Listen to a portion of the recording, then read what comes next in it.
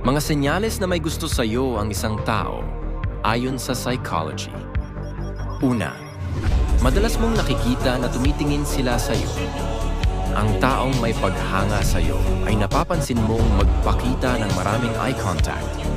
Dalawa, ang body language.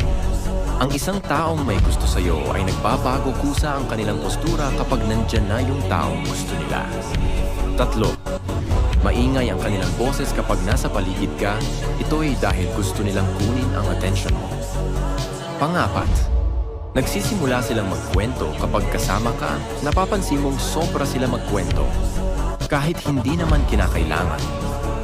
Panglima, pansinin ang kanilang pag-aayos ng buhok, paglalaro sa kanilang kwentas, dahil sila ay nagtatangkang gumanda sa paligid mo.